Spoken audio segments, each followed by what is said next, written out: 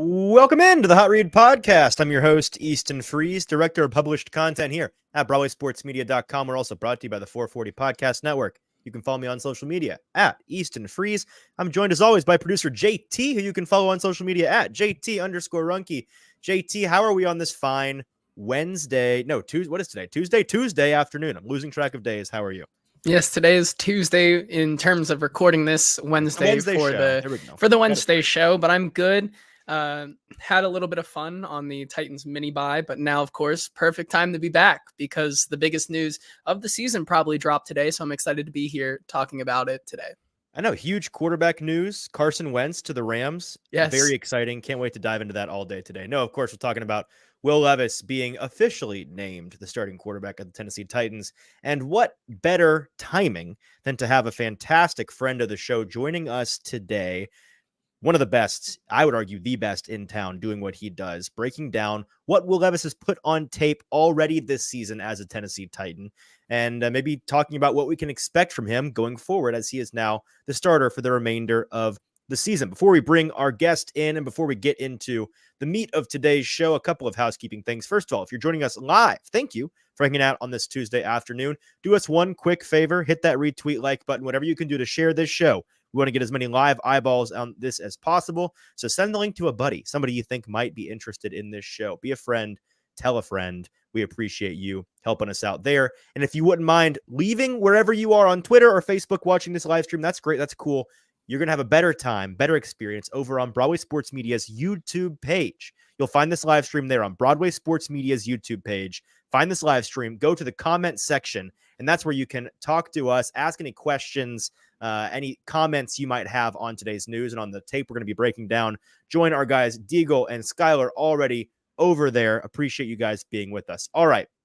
One last thing. We got to shout out our wonderful and amazing sponsors here at the Hot Read Podcast, Boom Buzz, Craft Pizza, and Tap House in Spring Hill. It is where we are doing our live Thursday live show every single week in Spring Hill at Boom Buzz, Craft Pizza, and Tap House. We love hanging out there on Thursday nights, pre-Thursday night football, doing the show, talking about the Titans matchup, and then hanging out at the bar for the rest of the night watching the game. We'd love for you to come and hang out with us, catch the show, catch the game. We do gift card giveaways each and every week, so come get some food for free. I mean, I don't know how much more I have to sell you on that. That's a pretty good deal. Just drive out there, hang out, get free food, and watch the game with us. We would love to have you, and we would love to enjoy your company. So come hang out. All right, that is all the housekeeping out of the way. Let's get to what is going to be a very exciting show. Bringing on in our guest today, James Foster, better known as AtoZ Film Room on YouTube, on Twitter, on all of the social media platforms, former co-host of the show, been on the show more than any other guest we've had. We've not had him on yet this year. It's been a long time coming. James, how are you? Thanks for coming back to the show, man. I'm doing great. I was really just on the edge of my seat to find out if it was going to be Malik or Will Levis starting. Right. Yeah, I was talking on a show earlier this week about how everyone's talking Tannehill or Levis. Who's it going to be?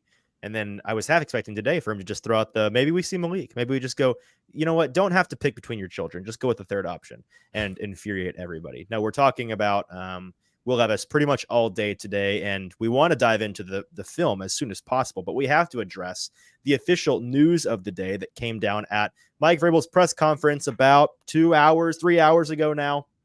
And we've got the clip of him making that announcement at the top of the press conference. JT, let's play it. Mike Vrabel makes it official. Will Levis is the starter for the Tennessee Titans going forward. Clear up some things here going forward. Will's going to be our quarterback. We're gonna go with Will. We think that's the best opportunity for our football team right now, and see where he's at. I think Ryan will progress through here this week. I think, and hopeful. To be a backup for us and prepare as a starter, but that's where we're at right now. And I shared that with the team and had a conversation with everybody involved. So that's what that'll look like. There'll be some moving parts along the offensive line as we work our way through the week just with health. So won't be able to give you much insight there moving forward. So he spoke with the team this morning at their 10 o'clock team meeting, letting everybody involved know what was going to happen, had a private conversation with Ryan Tannehill, had a private conversation with Will Levis, said that everybody knows what they need to know and took everything relatively well. He went on to say that with Will Levis, there's clearly something there, and the only way you get better is by going out there and doing it. All the things that anybody with eyes and a brain has been saying. Never in doubt, gentlemen, that he was going to make this obvious decision. It turns out it simply was too obvious a decision to possibly mess up. James, how worried were you that we were going to have to deal with will it be Levis? Will it not be Levis the rest of the season? Or did you feel like this was a foregone conclusion? Yeah, if I had to put a percentage chance that he went with Tannehill, it would probably be like 5%. Okay. Like whether or not he wanted to or not, like you can't invest all of that draft capital, including the trade up, into Will Levis, have him play like however you want to debate the details and the specifics, have him play relatively well and not play him. Like, so yeah, I wasn't losing any sleep over it. Yeah, I'm glad that you weren't. I think that the cooler heads prevailed here, and this was, we've been saying it, this is what was going to happen. I totally understood the fears from folks, and knowing Vrabel and his nature, probably wanting to push back in the direction of Ryan Tannehill, and just you just can't, you could not find a way to justify it, and he knew that was going to be like a fireable level offense if he did that kind of thing. A couple more things from his press conference just to get these out on the table for us, and then we'll dive into the film. Got a good laugh from him, by the way.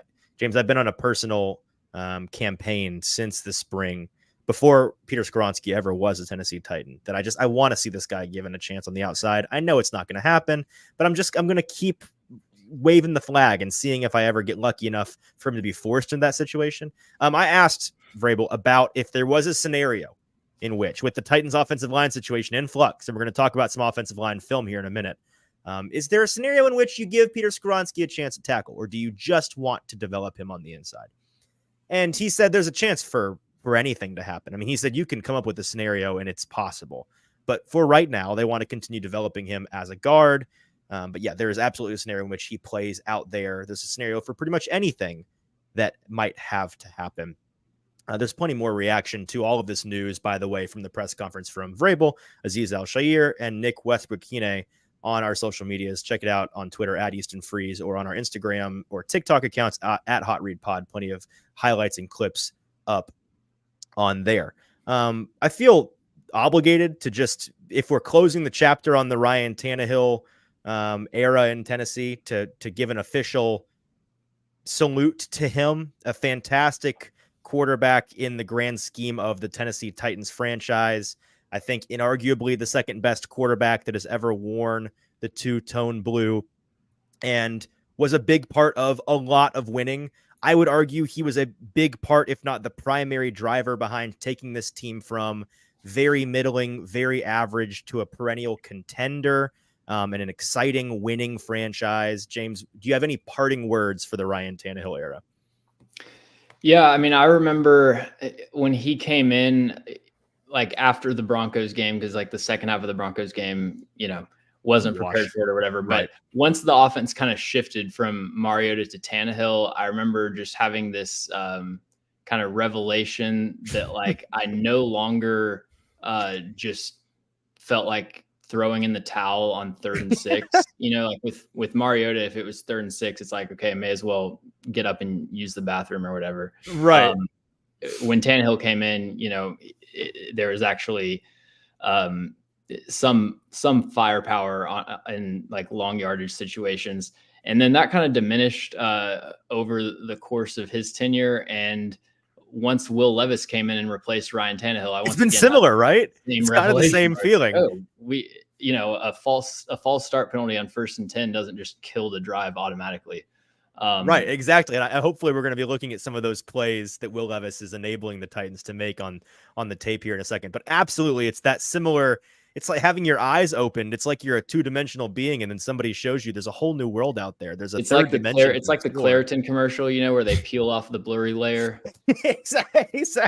Suddenly the world is clear to you. Yeah. So thank you to Ryan Tannehill for making the Titans a whole lot more competent, a whole lot more fun to watch and to cover over the past couple of years. But we are on to the Billie Jeans era, and it has been a real roller coaster ride for him this calendar year. In January, the discussions were Will Levis, like first overall pick. Is he QB1 in this draft class? And then by April, he falls all the way out of the first round to the 33rd overall pick. By August, he's named the 3rd string quarterback behind Ryan Tannehill and Malik Willis. He's inactive on game days for the first 6 or 7 games of the year. And then by November, he's named the Tennessee Titans starter going forward, and he is at the helm of his own NFL franchise. I'm very excited now that we know officially he's going to be the starter to see some of these matchups between he and his draft class contemporaries. On November 26th, later this month, we get Will Levis versus Bryce Young. That should be an entertaining watch to compare those two on the same screen. Then on December 17th, we get Levis versus Stroud part 1, which should be a really I can't tell you the last time I was this excited for a Titans-Texans game. It's going to be so much more fun than it's been in the relative past. And then you get part 2 of those two guys later in December on the 31st on New Year's Eve. Cannot wait. We're going to get some very direct comparisons of the Titans' new starting quarterback against his draft contemporaries. Before we dive into the Levis, James, while we have your ear, give me your thoughts on CJ Stroud. Is he the next coming of insert incredible Hall of Fame quarterback? I mean, he looks so good. Yeah, I mean, you can't really overstate how impressive CJ Stroud has been.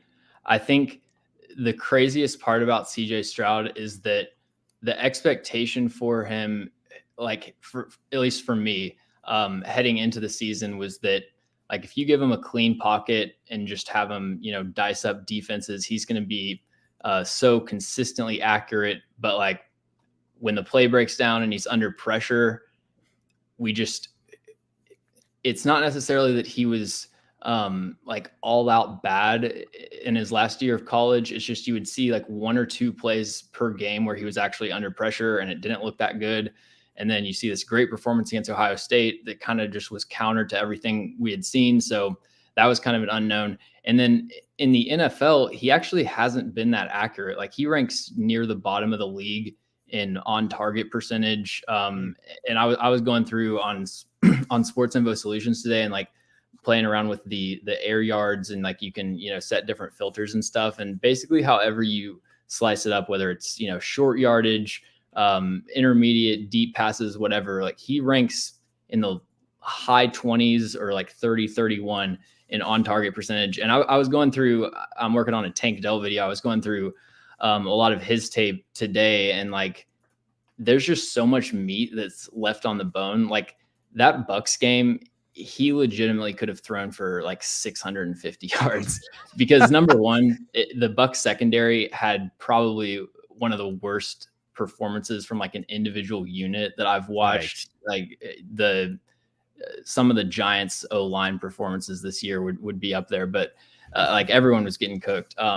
So yeah, to me, I look at that as like, there's even more room for like easy growth if which is crazy to think regresses back to our expectations as far as accuracy. And like just his confidence and how quick and decisive he is getting through his reads, and then the out of structure stuff under pressure has been as better than pretty much anyone could have imagined. So yeah, he's gonna be a dude for the foreseeable future.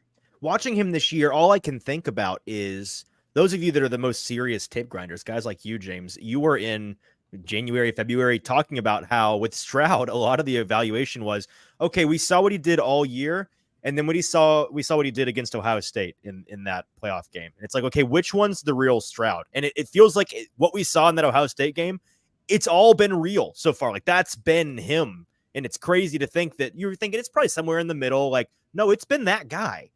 Yeah.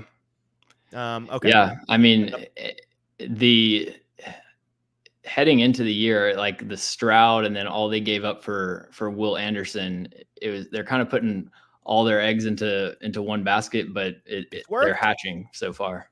They're hatching. I like that. All right, we've teased it long enough. It's been 20 minutes. Let's dive into the film. And James, you have brought your arsenal of clips, cut-ups. You've brought some tape that we wanted to go over. Of course, we're starting with and primarily talking about Will Levis. So we're going to pull that up here. And what's this first play from Will Levis you have from Thursday night, it looks like? What are we looking at here? All right, so I'll let it play once. He's going to get pressure from the right side. Peter Skoronski had kind of a rough game. Loses to the nose tackle here, but he's able to manipulate the pocket, step up, hit this little hole shot to Nick Westbrook-Akine off platform. Obviously, like everyone's talked about how how this is just indicative of his quick release. I sort of like a good comparison is like if you've ever played Madden, how when you're getting pressured, there's like that second and a half of delay where you're like pressing X and it won't release the ball. Like Will Levis doesn't have that. It's just like whenever, he can be in the middle of getting hit and just, release it with just as much velocity as he would have if he was like fully stepping into it. Right. But I really like this play as a quarters coverage beater. So, quarters match coverage is basically you're going to have if everyone runs vertical, it essentially plays out like off man coverage. So if the one releases vertically, then the outside corner takes him downfield. If two releases vertically, two takes him downfield. But what they're going to do is they're going to have number one run basically an influence go, like split these two defenders. And then they're going to have two run an out and up along here. And so when he gets, when two gets Nick Westbrook-Aquino, when he gets out of his break, two's going to see that two isn't releasing vertically and then start to bracket number one. You can see he's out. So two's like, okay, I got this guy. We got a bracket here. And then it's really just on the hook defender who's got eyes on the quarterback to move backwards and stick with this out and up route. He doesn't. There's an opening for the whole shot. So, if you look at it from a numbers perspective, you've got 3/2 right here on this side, and you're still able to get a wide open receiver on third and whatever it is. Now, like this is a coverage bust, but the bust was created by good play design. Well, and the most impressive element of it is what you started with. And I love that we're starting here because it's a common thread with a lot of what Will Levis has done. His ability to generate power out of nowhere is one of those superpower things that very few quarterbacks in the league have. It's one of those things that he's demonstrated through 2 weeks that is really evident, and it's a superpower. It gives you an ability to make plays that a guy like Ryan Tannehill, who even a couple of years ago when he was, less old, not quite as washed as he is now, he's a relatively decent arm his whole career. He's not making this kind of play really at any point. He's not going to get that kind of velocity on the ball from that base, from that angle. Like, that's a rare quality. The crazy part about it is like whenever we talk about Ryan Tannehill making these kind of out of structure throws, I immediately can think of like the 2 times that he's done that. That's how rare it is. Like I immediately think of that play against the Texans where like he somehow escaped a sack, and it was the talk of the town. Like you lose your mind because it's like, oh, he can do that. Wow. Yeah. Right, with Will Levis, we're going to become numb to it because if he continues to do these things at this rate, we're going to be spoiled to it, I guess. What's the next play you have for us? I think that we're going to have a pretty common theme here with Levis and what he's able to show. But I want to keep showing our listeners examples of the things that he can do that a Ryan Tannehill maybe can't offer to the Titans. Right. So this is a 2-play sequence that I want to break down. This first one is from, I know it's from the fourth quarter. I think it might be the last drive. And I'm showing this one first because it's basically an example of how the play is supposed to work. And then the second one is going to be like, it's the result is still good, but the play just kind of ends up playing out weird. So this is a dagger concept. Let me zoom forward a little bit. So the Steelers are in Tampa 2. So you've got these 2 deep safeties right here.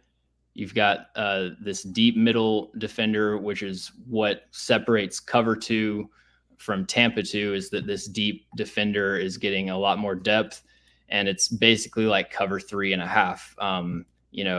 He's not fully playing deep safety, but it allows you to cover these vertical routes down the seam. And then you've got flat, hook right there.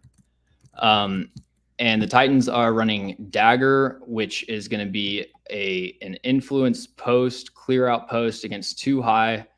You're going to split it down the middle. You're going to get inside of this deep half defender. And what that's going to do is it's going to cause the deep half defender to carry that. And ideally, it's also going to influence the deep middle defender, which it does. And then you're going to have a dig route coming behind it. And you're going to have some sort of underneath route. In this case, it's going to be Chigakonkwo chipping and then releasing out into the flat. And so by clearing out these two defenders right here, you're basically just creating a high-low on this play side hook defender. If he bites down on this underneath route, you're going to have space for the dig. And if he gets depth and takes the dig, then you're going to check it down right there. And so I'll let it play out. Okay. And you can see what happens is that the two deep defenders are carried by the influence post. This hook defender is covering grass in no man's land, and then you get just a wide open window to hit Chris Moore on the dig route. So that's just like a classic example of kind of how dagger plays out against too high. Okay. Like it's a good throw. It's a great job by Will Levis here of just kind of subtly sidestepping a little bit of pressure from the right side. And yeah, I mean, like this is just, it's kind of like a simple thing, but just the ability to operate, deep passing concepts. Right here, I kind of just included this play because I think it's pretty interesting. So I'll let it play out. I believe, the Steelers are also going to be in cover 2 here. This time they're running dagger, and I've watched this play so many times. I don't know, I don't know exactly what's happening right here because this deep safety is going to get depth, and then he's not going to even bite. Like he's not going to cover anything basically. And then if you watch D-Hop right here, I'll play it in a second. He's going to get tackled basically and thrown off his route by Joey Porter.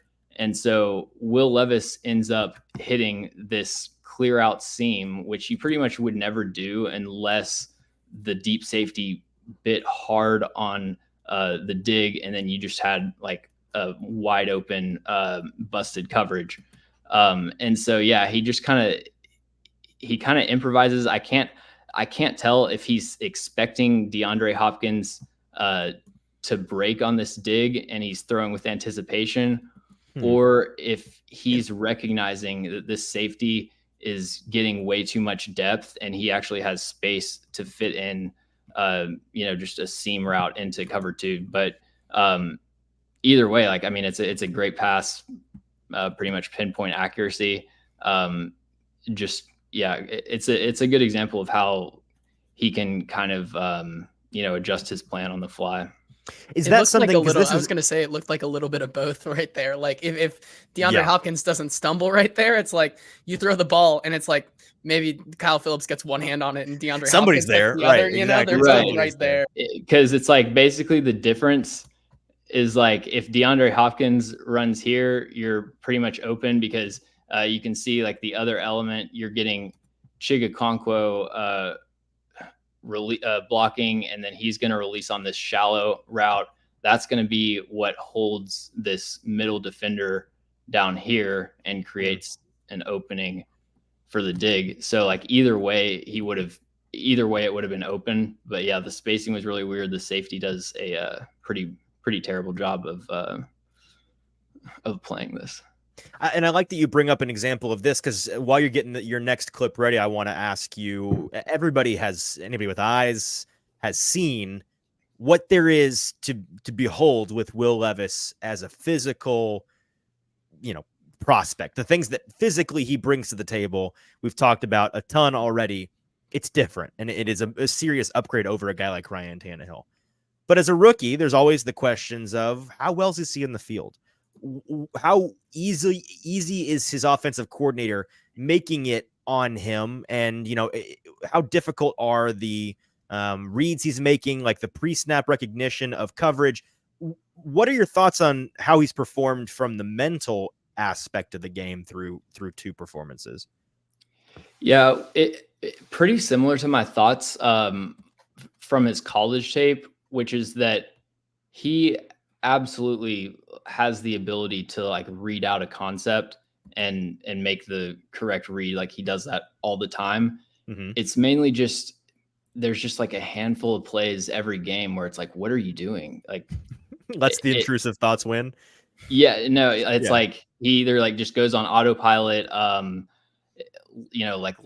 locks on, predetermines a read or whatever, predetermines where he's going with the football. So it's like I would kind of separate it as like processing and decision making. I think his processing is good. It's just sometimes the decision making is leaves a lot to be desired. Do you think, I think one of the plays that most people identified as an interesting, maybe poor decision from him at the end of this Steelers game on Thursday Night Football, when he tries to hit Treylon up that left-hand side of the field, he has Kyle Phillips on the in-breaking route. That, from my understanding, that in-breaking route from Phillips is supposed to be the read there.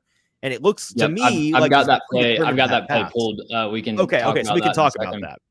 Yep. Okay, let's get to that then, because I do want to discuss that.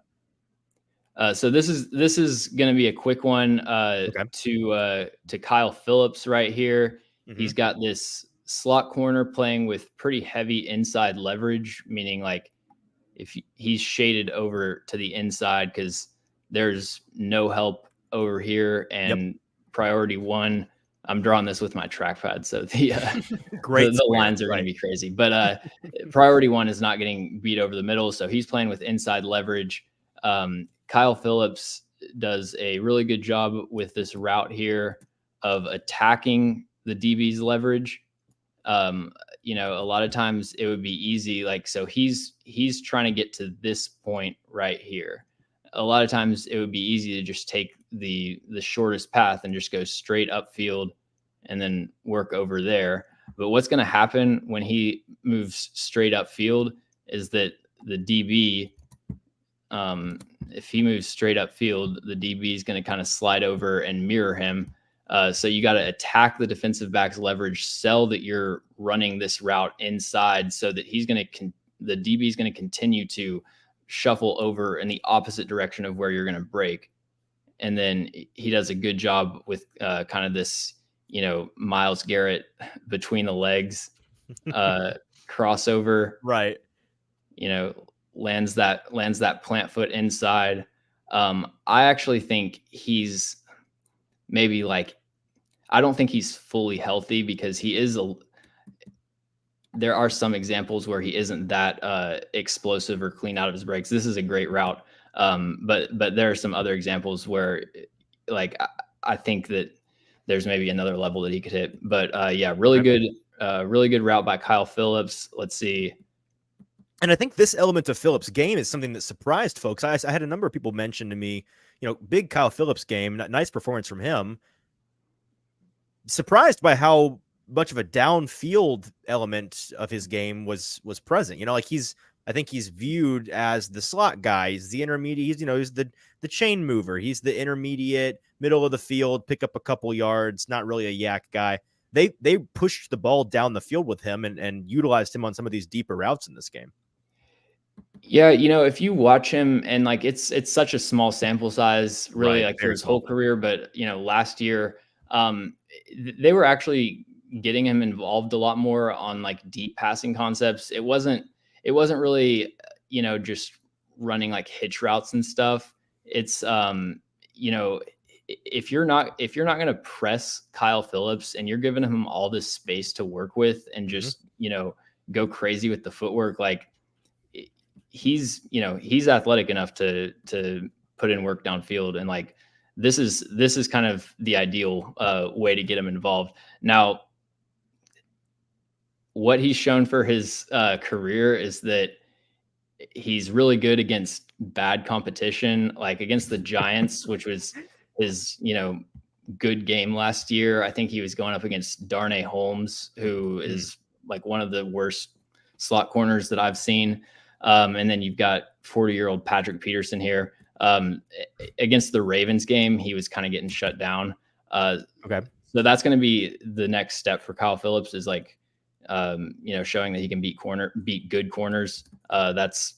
That really, with like any player evaluation, it's like you got to take into account level of competition, and also, Patrick Peterson playing with some really heavy inside leverage here. But and to be fair, the Ravens defense, there's no one else on the year, Titans roster that can run routes like this, though. So yeah, exactly. It is a change of pace. It's a change up that people, just the frustration from his lack of healthiness, I think, has caused a lot of folks to write him off and think he's not important to this team. He absolutely, the style of player that he is important. What's this next play of Levis's that we have? So this is where we get into just really bad decisions. Like, okay, they're running play action. The Steelers are basically going to be in cover 3. So you get there. Levis is, out basically on the far side number, and he's going to just throw up a YOLO ball to DeAndre Hopkins. Just like where the arm right arrogance goes here. a little too far. Right. And it's like, all right, D-Hop, Joey Porter, y'all go fight for it. Right. And like DeAndre Hopkins almost catches it, but really what should happen here is that when you get 23 on this blitz, I was about to say wide open right here. You can see Treylon Burks. What he's going to start to do is, instead of run into coverage to where Will Levis would throw it, and then the corner here would be able to undercut it, he's going to bend this route upfield. Right. And, Levis needs to try to hit him right here. Levis decides to come off of it. He's getting pressured by Alex Highsmith, but yeah, this is a pretty bad decision. Was that one of Alex Highsmith's 9 pressures of Dennis Daly in this game? Actually, they're going to have. You mean Andre Dillard? They're going to have Aaron. Brewer, pretty much the same. Have Aaron Brewer kind of wind back across the formation. Yeah, you're right. And pick him up. And Jalen Duncan's in the game right now. Oh, I see. So many different offensive line permutations in this game. It was a fair guess, but yeah, that's yeah. Okay. So that's an example of I think you're totally right. The arm arrogance being a little bit over the top, not making the right decision. This is an example of in the initial take is no ability to make any read because the complete collapse of the offensive line, and yet he still gets the ball to the dump off. So when I watched this play live, the first time, I didn't like. Obviously, it's an impressive throw to get it off, but I didn't really think it was that impressive because I thought they were running a slip screen. Like that's how bad the protection was. Normally, if you're running a slip screen, you want to get the front 4 upfield. Yep. And so you don't want to lose immediately to where the quarterback's going to get hit, but you want to kind of like play patty cake and then let them get upfield so they can't impact the play.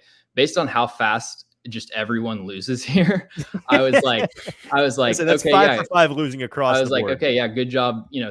Throwing the screen that you were going to throw anyways, as you're getting hit. And then you rewatch it and it's like, no, they're running a full field passing concept and the offensive line is straight up trying to block right here. And he's able to play fake, turn around, sense the pressure, immediately, know that he has Derrick Henry, and then just like flick of the wrist, get it over the top of 54 here to put enough arc on this so that it's not intercepted. And then Derrick Henry tips it to himself. Like that's crazy. Yeah, that absolutely is crazy. Okay. Sorry, I'm getting distracted here. Do we have the Treylon play here? Is that what this one is? Yeah, the 4th down. So this is the Treylon play. The Steelers are in man coverage, cover 1 robber. So you get man coverage across the board, and then you get the deep safety right there. And then basically anytime an offense is in 3-by-1, so you get 1, 2, 3 right there. Their coverage is going to be, there's a lot of different ways to do it, but their coverage is going to be dictated on stopping the number 3 receiver from running basically this route. Like basically trips checks are kind of the main thing that results in like different variations of coverages. So this backside safety is going to come down and poach the route from the number 3. I'll let it play out. You get Chigakonkwo running an out route. So you've got this double right here. This is out of the picture. And then Kyle Phillips wins at the line of scrimmage. Mm-hmm. He's wide open right here. The thing is, Will Levis doesn't, he looks at DeAndre Hopkins for a second. Mm-hmm. But when DeAndre Hopkins never looks at the Phillips side of the field. When DeAndre Hopkins doesn't win, he immediately goes to Traylon on the go route, mm-hmm. which like on 4th down, you just can't do. When you already know that the extra defender is going to be occupied by DeAndre Hopkins' route, like you have to at least check and see if Kyle Phillips was able to beat press coverage, which he does a good job, like kind of with this diamond release here, where he's going to plan outside, sell the outside release. The corner misses with his hands. He's able to get inside. And that's what I wanted to ask you. So is your understanding that what's supposed to be the progression of reads here? Is this something where pre-snap you need to determine who you're going to look at where? And do you feel like he predetermined I was going to peak D-Hop, and then if it wasn't there, I'm just going to take, I like the one-on-one matchup with Burks at the boundary, just give him a shot? Like, what do you think his thinking was here, and what should he have been doing? I can't know for sure, but normally when you've got mirrored in routes, like you've got the same slants coming across, or mm-hmm. if it's like a deep field passing concepts and you've got the double posts, the inside route is going to clear out whatever inside defender they have to bracket that, whether it's this robber safety or if they had the linebacker here and playing whole coverage, then the second slant route is not going to be doubled. It's going to have single coverage. So when I watch this, to me, Kyle Phillips is the just like pre-snap. If I know it's man coverage, Kyle Phillips is going to be the most likely to get open. Right. Like their defenses are not going to let the number 3 just run cleanly across the middle of the field in 3-by-1. So like, yeah, I just don't. I think that this is an example of just kind of defaulting to like worst case scenario. I'm gonna throw up a jump ball down the sideline, and you just can't do that on 4th and short. Well, it certainly feels like that's part of that is a result of him being so talented, pushing the ball downfield, throwing a catchable deep ball, being accurate enough, throwing down the field. Kind of a blessing and a curse in that way, where he's got to resist those intrusive thoughts to just constantly push the ball down the field, not take what is given to him underneath.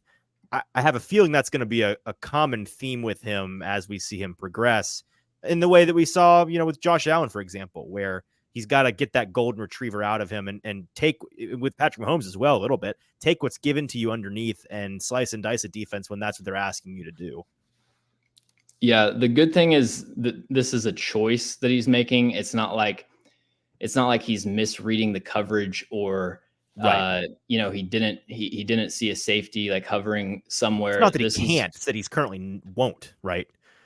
Right. It's like this is just something that you have to decide to do to be more patient. Reading these underneath routes and short yardage situations. Okay, is that the last Levis clip, or do we have more? We'll do one more depending on how many you want. Let's see. So yeah, we can quickly do this one. This is the this is the almost interception down the sideline to D-Hop. D-Hop, yeah. Yep. Like this is just a pass you should never throw. Trying to hit a hole shot. So like a hole shot is basically just in between a flat defender and a deep safety. Mm-hmm. Trying to hit a hole shot against cover 2 where there's no flat route to occupy the flat defender. So like if you're the flat corner in cover 2, when you see it on Madden or like in a playbook or something, there's going to be a little bubble in the flat, but that's not how you play it. It's not just like you go to the flat and hang out there. You're reading the routes. And if there's a flat route right here, then he's going to bite on that. And then, yeah, maybe you could fit in this hole shot. But if number 1 releases vertical and there's no flat, the flat corner is just going to sink underneath leverage on the vertical route. And should have been intercepted by Joey Porter right there. That's an example of a pre-snap decision that he's not necessarily making pre-snap, but like that's one of those things where he's got to identify that early and know that that's a no-go for him. And maybe that's just something that's going to come with time, with experience. Yeah, and it's the exact same play if you watch the Monday night game that Josh Allen threw the interception to Cam Taylor-Britt. Yep. Just like predetermining you're going to hit the go route down the sideline, flat corner sinks, and he's lucky that one didn't get intercepted. And then we're seeing him force the ball to D-Hop. It's really D-Hop that he's forcing the ball to on a relatively consistent basis, which you can't really fault him for because it's like he's the most reliable receiver, easily the most reliable jump ball receiver on this team right now, easily the best receiver in general on this team right now. And I don't mind his general philosophy, Will Levis, saying, okay, who's the guy that was great when I was 14 years old? Let me just keep throwing to that guy. But that's been his plan so far, and it's been working for him.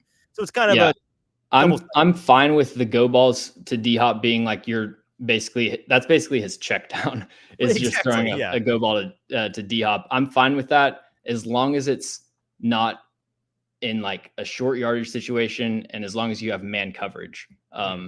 So yeah. That's what I would say. And then the last one is just like, this is an example of how the accuracy, it's not like as consistent, precise ball placement, but he has the ability to fit it into tight windows that, not a lot of quarterbacks have. We'll show the sideline.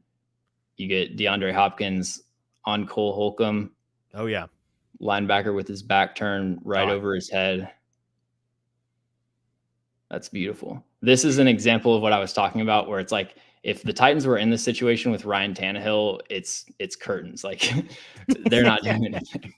Right. And I'm glad you brought this up as like the last point we can discuss on Levis, because it's kind of coming full circle to what we talked about with you at length in the pre-draft process, whether his inaccuracies or inconsistencies were more to do with decision-making or with mechanics. And there was a lot that we talked about, his footwork and the constant happy feet and almost every throw sometimes coming from a different platform with different weight distribution, leading to inconsistency naturally. Do you feel like you've seen improvement in those areas from him? And again, just 2 games so far, but he still seems to have a proclivity to, and sometimes it's not a necessity because of this offensive line, to be fair to him, but he does have a proclivity to throw from some kind of funky angles, from some funky footing. And he's getting away with it so far, but I'd imagine he'd like to get that ironed out a little bit still. Yeah, there are a few times that I've noticed footwork. I try not to be too critical of quarterbacks' footwork because I think that's kind of like above my pay grade. Like there's just so many ways that it can be taught just based on like who their quarterback coach is. Sure. So really, if it's egregious, I'll point it out. The one that stands out to me is actually his touchdown in the red zone to DeAndre Hopkins from the Falcons game, just like on that crazy route ball where it was behind him. Yeah. And, you can see just like directly related to the footwork. But yeah, so these first few games are kind of my baseline for Will Levis in terms of footwork. And then we'll see how it improves from here on out. Okay. I know we want to, while we're here, talk a little bit about this Titans offensive line, and we've got some tape of some good and certainly of some bad that you've brought to show us. Where do you how did you plan on doing this? From looking at the offensive line as a whole, or highlighting individuals? So I had a cut up that was just offensive line, and then Okay. I had a Dylan Radins cut up. Okay, interesting. Okay, let's do it. Yeah. Is that going to be a positive Dylan Radins cut up, or a y'all got to quit calling for Dylan Radins cut up? I would say mostly, probably mostly positive. Okay, all right. Let's see what you have to say then. So yeah, he was matched up, I think probably like 7, and he's going to be left tackle for the duration of this cut up. He was matched up probably 7 or 8 like true one-on-one reps against TJ Watt. Good job here, I think, of blocking this cross chop. I think, because normally when you're so a cross chop is like TJ Watt's going to take this inside arm and try to chop this outside arm, and then he's going to use this arm to pull through on the shoulder and get around to the quarterback. Normally what you want to do is you want to pull back the outside arm. You want to be light with your punch and not like overextend and lunge into the cross chop. Dylan Radins does kind of lunge into this, but he does. It looks like the chop kind of misses. He does, right, exactly. And TJ Watt misses with his chop because Dylan Radins is wide with his punch, which you don't want to be wide with your punch. So it's kind of like not great technique that ends up working out. But I thought overall he did a really good job of protecting the corner against Watt. He basically has 2 ways of winning. He's either going to chop around the outside or he's going to do some kind of inside counter. The inside counters, as we'll get into, kind of got him a couple times, but overall he did a good job protecting the outside. I think like just in general, Dylan Radins, we've got to keep in mind that he's just kind of like a limited athlete. Right. And I think that even if it might be the case that he's their best option at right tackle or left tackle, but does not mean it's good. I think the expectations need to be that like it's still not going to be that good, regardless of what they do. This is a good example of using pre-snap motion to get a favorable look in the run game. So they're going to run outside zone. You've got Cam Hayward here outside of the tight end, and they're going to motion Kevin Rader in. Hayward's going to respond by sliding into the C gap, and you can see that gives Dylan Radins a really good angle to secure this reach block. Not only does he have to travel less distance, but you've got Cam Hayward. You're snapping the ball as he's sliding in, so he's moving in the opposite direction of the run, and then that frees up what's his name, 88, Wesco. Yep. Yeah. Instead of having to reach Cam Hayward, he can climb out, block this defensive back. Rader does a really good job of letting the running back make him right. So like ideally you would want to reach block and like get on the play side shoulder on the outside shoulder here. And then Henry would run through, but the running back or the linebacker is going to try to lever this, meaning he's getting outside leverage, forcing everything back inside. So Rader does a good job of adjusting and just flushing him out. And then whatever Derrick Henry is averaging per carry would be like plus 20% if he could just hurdle people. He's had so many runs that like could have been shoestring tackles, but he just gets tripped up. Great play by Keanu Benton though. Here, TJ Watt's gonna rush. They're gonna get chip help from Chigakonkwo. This is an example of how chip help can kind of make it more difficult sometimes, but Dylan Radins does a good job of recovering. Like normally, I don't know how they're being coached to do this, but unless just Chigakonkwo's presence here is going to take away this, wide outside speed rush for TJ Watt. So unless he's trying to force his way outside, and then you've got Dylan Radins widening out in his set, and then you're basically just propelling him inside for a counter. But Radins does a good job of adapting, sliding inside, and then he's able to mirror the secondary move. And this is the play that we talked about earlier with the seam route. So good protection there. Yeah, this is just an example. Like in run blocking, if it's just one-on-one at the point of attack, I think Dylan Radins like gets stood up pretty easily and just doesn't have great, impact. Some of that limited play strength, right? Impact blocking ability. Here's an example of just like, it's a low bar, but like Nicholas Petit-Frere especially, but Andre Dillard will do this also, will just let edge rushers just sprint around them.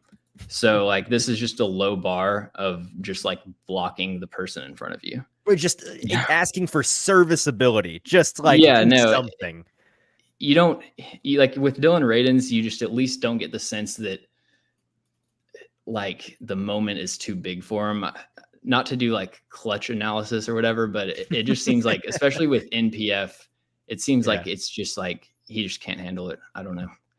Yeah, I mean, that's it feels like with Radins, it is not great at all, but you can work with it, and that is a low bar, but it's a necessary one. Yeah, pretty good job here. Let's see. He seems to do a decent job despite the lack of play strength of, instead of trying to push back a guy, redirect their energy away. You know what I mean? Like get them off track enough to where their path to the quarterback isn't direct, gives them a split second more. Whereas with other lesser tackles, you see them just try and lose to push back a guy and get dropped or, chop blocked effectively and thrown on their butt. Like, I can seems to work around his deficiencies relatively fine. Yeah, I mean, he was he was doing a really good job of protecting the outside. I think in terms of anchor and just play strength, I haven't really seen him tested with like true power on the outside. I do think that he's kind of in a situation where he doesn't necessarily have the length to be an elite tackle, and he doesn't really have the play strength to hang with elite power rushers. But I think for against edge rushers, he's going to be fine in terms of power, but he was pretty much selling out to stop the speed rush. So when Watt did go with the inside counters, he was able to get him a couple of times. Let's see. Another good job on the speed rush there. Another good job on the speed rush. And then inside spin, he gets beat. So yeah, he was selling out to stop the outside. Inside counters got him. So to put a bow on it, is your evaluation of Radins that he is a better tackle option than, I mean, obviously MPF isn't an option anymore with the surgery, than Dillard, and it's not great, but he should be the guy? Right. Yeah. He's like he looks kind of like what I thought Dillard was going to be, which is like the 28th best tackle in left tackle, not the 35th given week. Right. Yeah. Not like exactly. Not like half of NFL teams have a better option on their bench or something.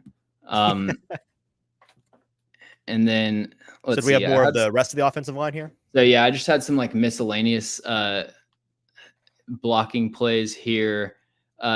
Just got to point out that Daniel Brunskill has been really good in pass protection. The one thing that he just routinely struggles with is reach blocks at difficult angles, trying to reach this nose tackle here. He just doesn't really have the explosiveness to get across that play side shoulder, and the play gets blown up here.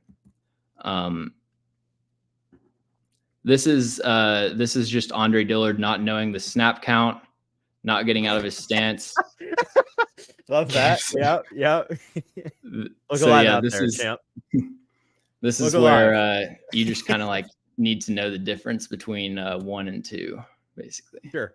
Yeah, that's important. Let's see what's going on here. Yeah, you've got a diving Skoronsky. I thought he had a rough game to start out, but then once he got injured and then came back, he actually had some really good reps and not really any negative plays that I noticed. So like the first quarter was pretty rough for him. Here he's really focused on. It's hard to blame him. You can see his eyes. He's got this what do you call it? Drag hand out to protect against Keanu Benton, but his eyes are just completely focused to the left side. And what's he looking at back there? He's like trying to see if there's going to be a blitzer from the secondary, or what's he? What's he? Andre Dillard, whenever they try to cut block here, sometimes Andre Dillard will just completely whiff. And he's trying to protect both guys. Down. So my guess is that he's checking to make sure that Dillard doesn't whiff. Fair enough. But Keanu Benton's able to get penetration there. Here we get a nice outside zone rep. If we look at this double team with Peter Skoronsky and Andre Dillard, he's able to move the 3-tech pretty far off the ball. Again, just like difficult reach blocks for Daniel Brunskill.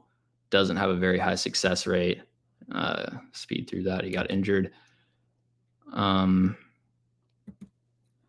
So right here, they're gonna slide over a gap, and you can see that you can see 44's kind of sliding in. He gets a head start, and NPF tries to punch before he slides his feet over to close off that gap. I guess really no point in talking about NPF since he's injured. Right. Sounds like the reviews aren't great from you though on NPF. Yeah, man, it's been bad. It's been brutal. Well, he's not around. This is the play that we looked at. This was his last bad play where Peter Skoronsky, where he got injured, loses to the club swim, which like I did a video on Keanu Benton. He just spams this move over and over again and wins at an insanely high rate. So like he's been doing this against like good starting caliber guards. Like he's a good pass protector. But then they shot him up with steroids and got him fixed up. There. Another good double team right here with Skoronsky and Brewer on the left side, getting some movement on, I think, is that Cam Hayward? Yeah, it looks like it. Yeah. Skoronsky, like as a run blocker, has been really impressive. He can really do it all. He has the movement skills for zone blocking, but also, really good power. It all starts with just consistent hand placement. You can see the hands are always inside, just controlling the interaction. He's really the opposite of Raiden's in that way, where from an athleticism standpoint, he does have, besides the physical limitations of like actual length, he brings a lot to the table as an athlete, whereas Raiden's is more limited. Yeah, I'd have to check his RAS, but I mean, I think he had crazy, especially like agility testing, which is pretty big for offensive linemen. He had some really good numbers there. Another good double team with Dillard and Skoronsky, and Brewer and Brunskill get in on this. This is the play. The reason I saved this is the last play of that drive where they just ran it 3 times and then threw it to Traylon on 4th down. Not defending the play call, because like I don't agree with it, but it is just an example of how close a run can be to hitting for a big gain. But just one blown block can ruin it, and then it's a loss. Well, and from what I've anecdotally from my watching the tape, and you can tell me if you feel differently, totally that's the case. It's like one block you're missing, and a lot of the time it's been just one more tight end block that doesn't quite get there with this team. And this is an example right here. You've got, who is that? Is it Wesco? Yeah, Wesco. This guy gets the penetration into the backfield. Otherwise, Henry's going to fall forward for 2, 3, 4, 5 yards here. Yep. Yeah, I mean, if we just ignore this this front side block right here, he's going to cut. The rest is good. He's going to cut this back. He's going to cut this back through this wide open gap. We could have gotten a walk-off Henry touchdown right there. Yep. And then, this is the last play. This is the third of the 3, right? the Titans do this a lot. And like, I really like this part of their run scheme, where they'll run this scheme would be called duo wrap. So you're going to get a double team right here, and then a double team right here, going in this direction, that direction. And then you're going to get a run just kind of like right around there.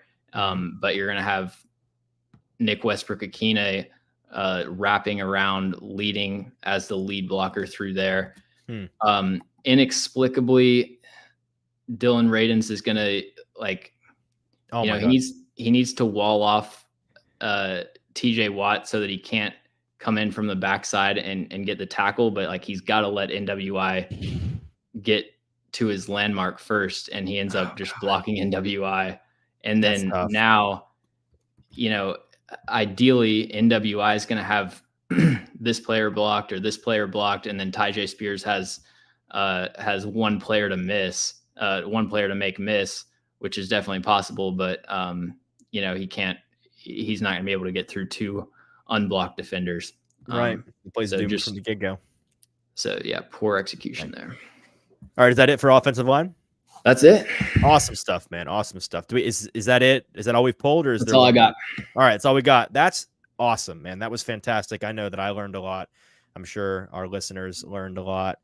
Thanks so much for the time and the effort to come on and show us some of those things. I'm sure at least once more at some point, maybe when we have 8 or 9 Will Levis games under our belt, and you can really pull out the highlights and the lowlights of the sample size. We'll dive back into it later in the season. But for now, it's been a pleasure. Tell our listeners where they need to check out even better and even more film study from AtoZ Films.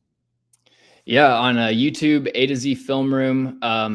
Probably going to do, QB School has the game-to-game breakdowns pretty much covered, but I'm definitely going to be doing a more of a broad view, looking back probably, after 4 or so games, looking at kind of his performance as a whole on Will Levis, and do a Titans video every week over there. And you can also follow me on Twitter at NoFlagsFilm.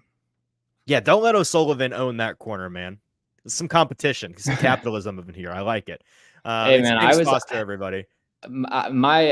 After Will Levis's first performance, like the main thing that was on my mind was like, all right, I got to get this video out before QB School because his is going to be better than mine. So fair enough. He's James Foster. We love having him on the show. Go check out all his stuff on Twitter at AtoZ Film Room and on YouTube at AtoZ Film Room. James, thanks so much, man. We'll talk to you soon. Thanks for having me. All right, we are not quite done today on the Hot Read Podcast. We've got some news to dive into, but we are running late. First time in a while, JT. I'm honestly proud of us.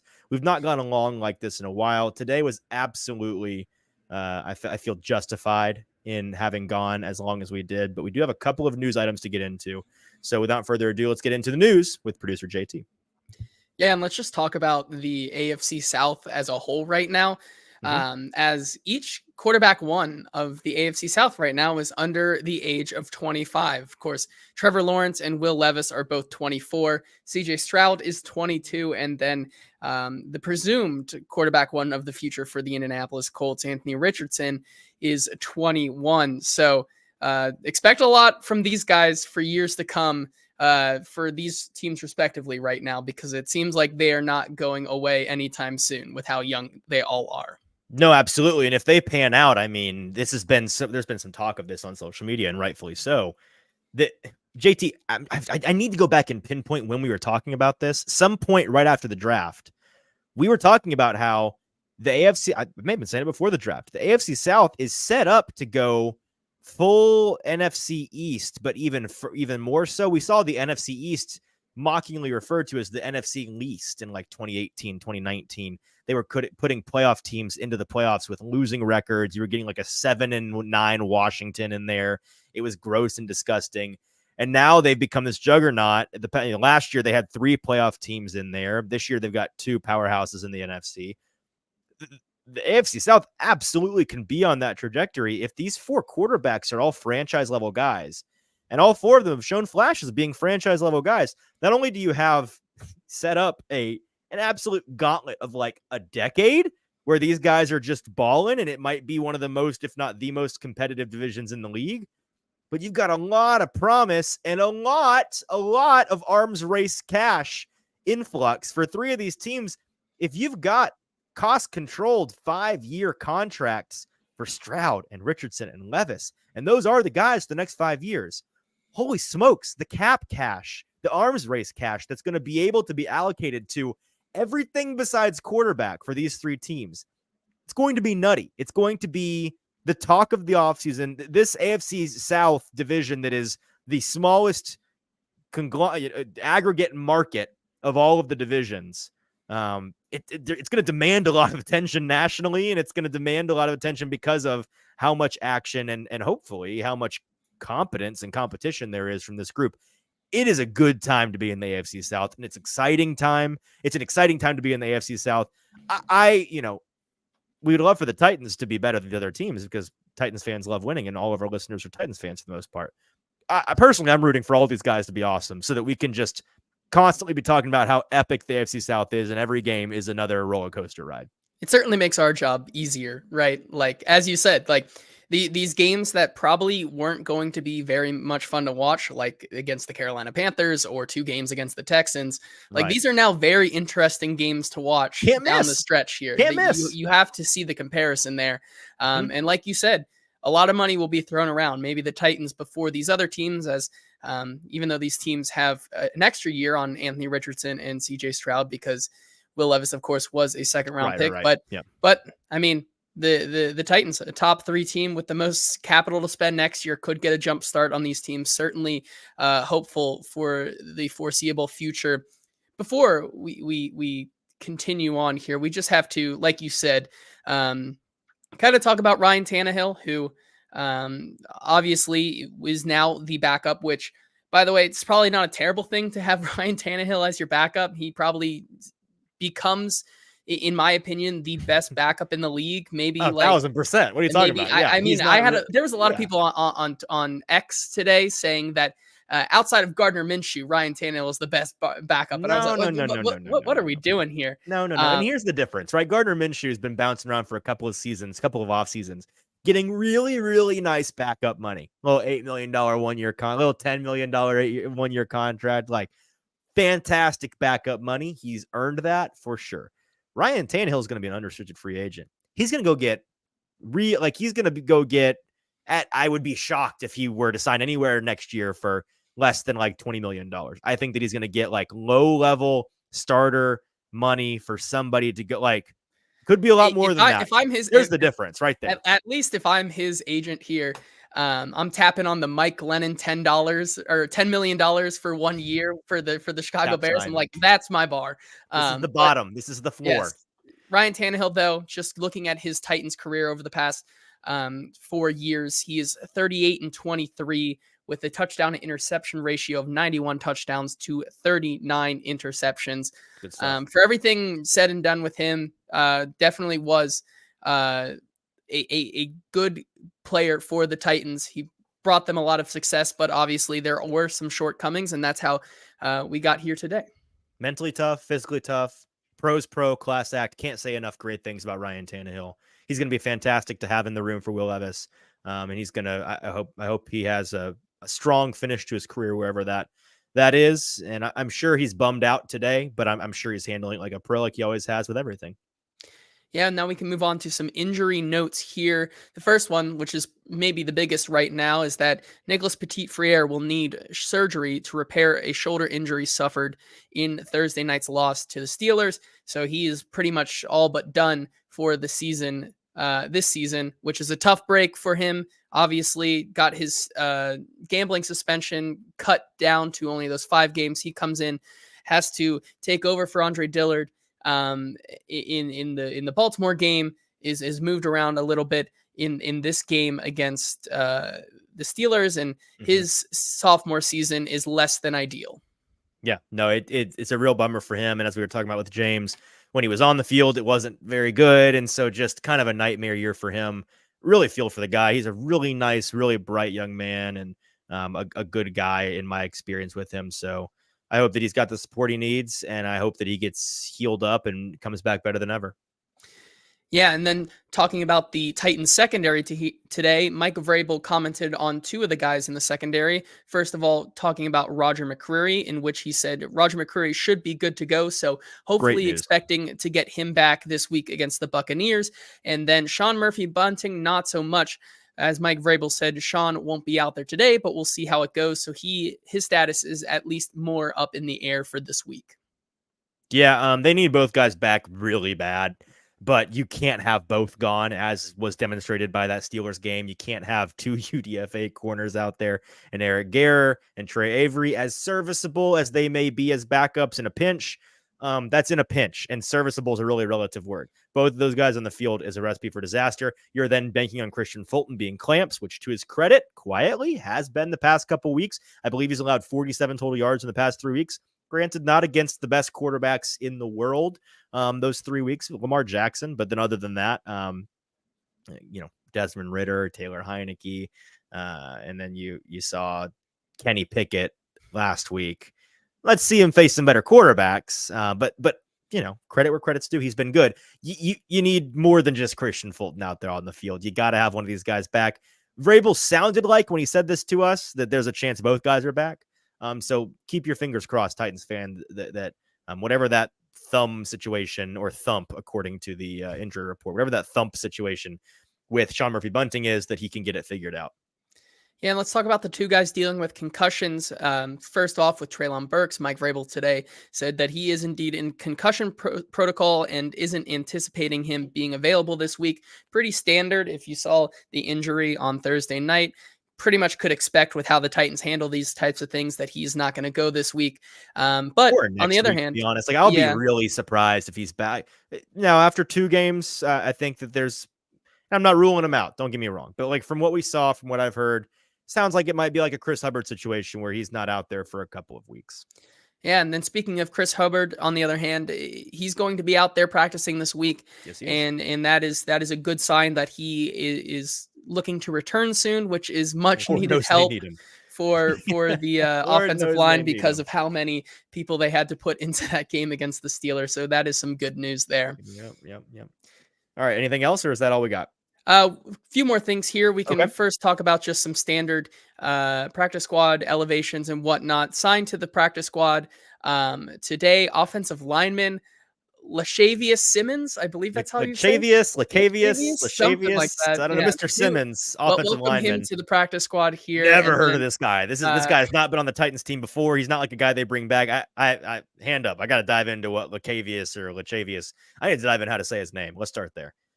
And then also signed to the practice squad today, defensive back Josh Thompson.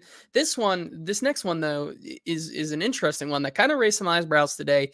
Defensive tackle Naquan Jones was waived from the active roster today, along with Dane Cruikshank being released from the practice squad. But your thoughts on Naquan Jones, who was playing about 20% snap share this season so far? Your thoughts on him being waived from the active roster? Kind of surprising. He this season had a 20%, I believe, snap count share, was similar to what he had last season. They were playing him a decent amount, but apparently they weren't pleased and wanted to churn that roster. I wouldn't be shocked if he's a guy that they swing back around and bring back to the practice squad, but we'll have to see. Yeah, and then finally here, let's just talk about, of course, Will Levis wasn't the only quarterback news today. Let's first talk about Josh Dobbs, who this past weekend absolutely balled out. He's the first player in NFL history to score 3 total touchdowns in consecutive games while playing for different teams in each games, which the Pastronaut. Yeah. How about that? Exactly, right? Only a part-time NASA employee could do something like that. And then finally here, Carson Wentz is signing with the Los Angeles Rams. So let's go. Many years after the Rams elected to take Jared Goff over Carson Wentz finally joins the team to back up Matt Stafford. So what are we thinking? He's got to add a Rams piece of gear to his off-season getup. Is it the shoes? Is it like, do we need another sleeve? He could do double sleeves. Last I checked, he had the Colts pants, the Commanders practice penny, and the Eagles helmet. So like I could see a sleeve gloves, in there. Maybe like a glove or something a non-throwing hand glove. Yeah, we'll have to see what exactly he can add to the arsenal. But I'm so glad he gets to add another piece to the collection. He's that'd be new, you know. What'd you say? A cape, maybe. I don't know. Shake it up. A cape. I'm in on the cape. I love that. It's a great idea. It should be a Rams cape. Yeah, no, very interesting that they're doing that. I guess that they think that Matthew Stafford might be a guy that is out for a little bit longer than hoped. And they aren't crazy about going with who's the Dresser Wynn? Is that one of the guys they released today? Dresser Wynn was a quarterback on this team at some point. And then you had Brett Rippon last week, and that was DOA. So, you know, Stetson Bennett is who I'm sure they'd like to be rolling with, but he's been away for non-football related situation we don't know what the deal is, but he can't be around football right now. He's got some personal things to attend to. So it's Carson Wentz, baby. Let's see if they get him in there. And I hope that they do, because boy, does it make them more entertaining to watch. Good, but entertaining. Yes. As a newfound owner of Cooper Kupp, I do welcome this news, because anybody but Brett Rippon throwing the ball, I don't care if it's Carson Wentz off 1 week of practice, like give me that now. Sure. No, I'm about it. All right. Is that all we have today? Yes, that's going to do it for our news today. All right. That is the news with producer JT, and that is our extra long edition of a Wednesday Hot Read podcast. Appreciate so many of you being with us here live today. Hope you learned something from James, who's awesome. We love having him on the show, and we'll have him again, I'm sure, in the near future. In the nearer future, we'll be live on Thursday evening, 5:30 p.m. Central Standard Time at Boomba's Craft Pizza and Tap House in Spring Hill, just a 25-minute drive south of Nashville. If you're in town, straight down 65, you can hang out with us at 2044 Crossing Boulevard in the heart of Spring Hill. It is a good time each and every week. We might turn this week into a drinking game. Because of we might have to, because JT, who are the teams playing on this fine Thursday night? Carolina Panthers and the Chicago Bears, with maybe a Justin Fields back. I don't know. Me. No, I don't care. Kill me. It is going to be a drink. We're going to be doing something. It's going to be a good time. I don't know if the football is going to be a good time. Maybe we'll find a way to bet on it and make it entertaining in that way. Whatever it is, it's a great week to come out, because every week's a great week to come out. So come and hang out with us. A couple more things before we go. Make sure you're following us on social media at Hot Read Pod, on TikTok, on Twitter, on Instagram, on YouTube. Subscribe to the Broadway Sports Media YouTube page, as well as the 440 Sports YouTube page. You can find some of our content on there as well. That's 440 Sports and Broadway Sports Media. Those two YouTube pages, they are both a combined $0.00 to subscribe to. So we recommend you go and do that to help us out as a personal favor. We've done so much work for you today. Just do us one quick favor and go subscribe. I'm on my knees. I'm begging. Thank you so much. Where we do our regular podcasts, we haven't shouted out that in a while. Apple Podcasts, Stitcher, Spotify, Google, whatever, wherever you get your podcasts, we are there, and we would love for you to catch the podcast version of the show. Maybe if you're in the shower, driving, you can't watch, you're exercising, whatever it is you're doing where you can't watch the show on YouTube, which we appreciate you doing. Go and listen to it wherever you get your podcasts, subscribe there, and leave us a 5-star review. It really does help folks find the show on those podcast platforms. Leave us a 5-star review, and then in that review section of the 5-star rating, you can tell us about how stupid and moronic we are and how much you hate us. I just look, no one is that the reviews are barren right now. I know, well, it's because we've done such a good job pushing on YouTube and Twitter and stuff. Like people, I think podcasts are the backup now, which I'm fine with. But sometimes you need a podcast. Sometimes it is called the Hot Read Podcast. It is called the Hot Read Podcast, not the Hot Read YouTube video show. So check out the Hot Read Podcast on your podcast platforms of choice. We'll be back on Thursday. Until then, for producer JT, I'm your host, Easton Freeze. Will Levis, Future of the Titans. How about that? This has been the Hot Read Podcast. We'll talk to you later.